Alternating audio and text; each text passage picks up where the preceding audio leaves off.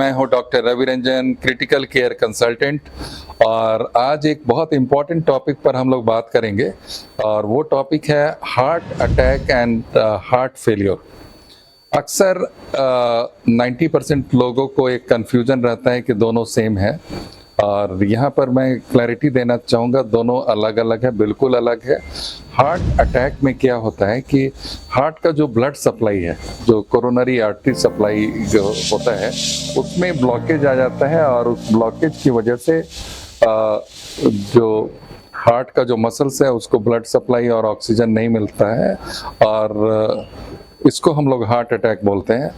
और heart failure में ये समझना पड़ेगा कि हम लोग का जो हार्ट है वो एक पंप की तरह से काम करता है, और पंप का जो प्रेशर है, जो काम करने की क्षमता है, वो अगर कम हो जाए तो थर्ड स्पेस में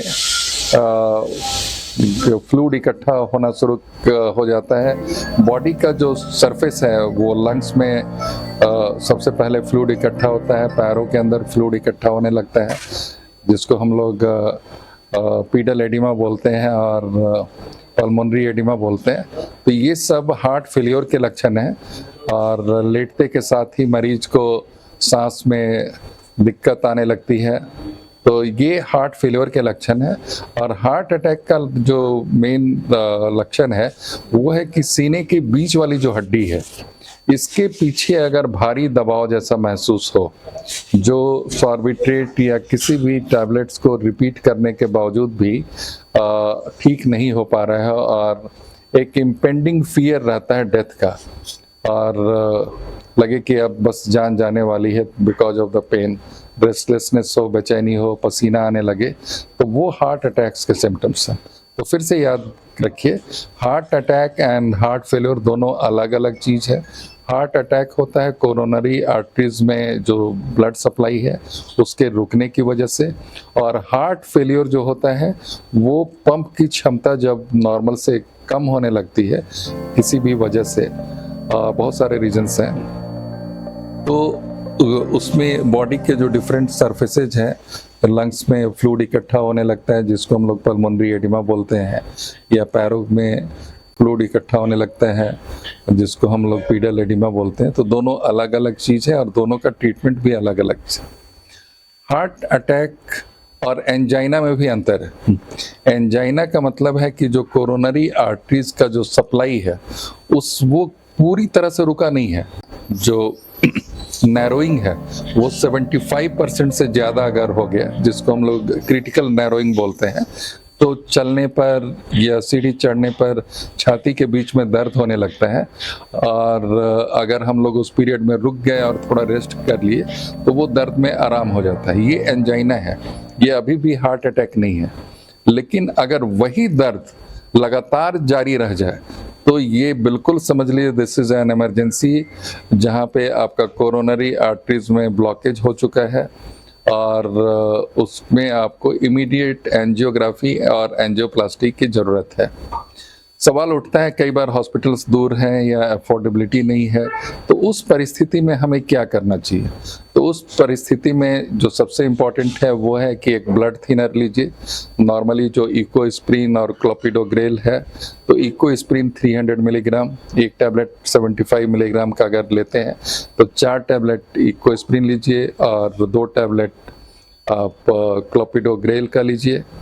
सेकेंड है कि अक्सर जो क्लॉट बनता है वो कोलेस्ट्रॉल या ट्राइग्लिसराइड के बढ़े होने की वजह से बनता है, तो इमीडिएटली एटोरवास्टैटिन, जो स्टैटिन ग्रुप का कोई भी ड्रग, रोजुवास, एटोरवास, जो भी आपके पास उपलब्ध है उसमें से 2 टैबलेट्स लीजिए।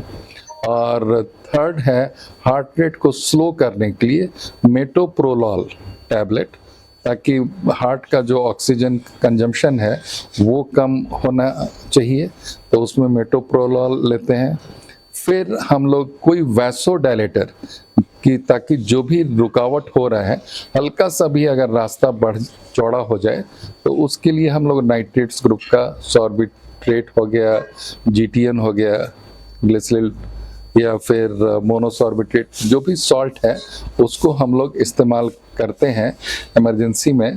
तो बहुत सारे खतरों को हम लोग हॉस्पिटल पहुंचने के पहले मैं ये तो बिल्कुल नहीं कहूँगा कि ख़त्म किया जा सकता है, बहुत दूर तक कम किया जा सकता है।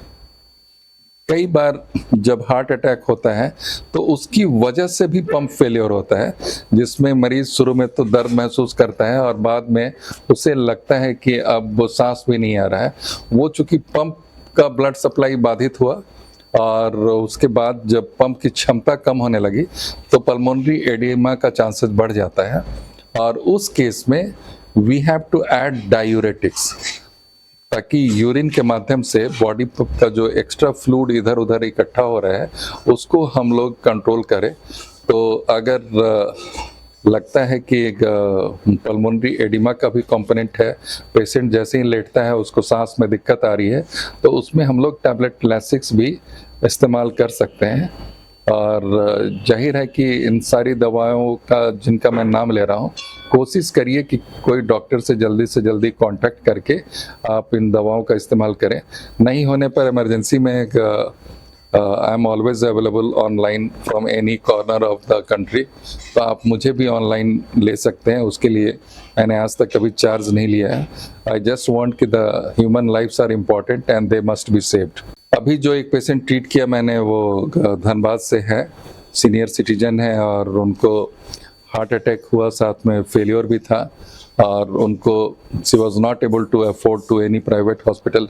जहाँ भी गई उनको लोगों ने बोला 3-4 घंटे से ज़्यादा वो जिंदा नहीं रह पाएंगी और पैसे की किल्लत थी। तो I started treatment online, video call करा के हम लोगों ने घंटों मॉनिटर किया and now she is back to full life. मैं नीता श्रीवास्तव झारखंड धनबाद से बोल रही हूँ। मुझे 11 मार्च को हार्ट अटैक आया, मुझे एडमिट किया गया। वहाँ के डॉक्टर ने देखा और मुझे कह दिया कि ये 3-4 घंटे की मेहमान है। मैंने दिन किसी तरह निकाला और शाम को 4 बजे घर आ गई। घर आने के बाद मैंने रवि से कंसल्ट किया और उन्हीं का दवा लेना शुरू किया। आज उन्हीं के बहुत अच्छा लगता है जब इस तरह के मरीज कुछ बोलते हैं। Thank you.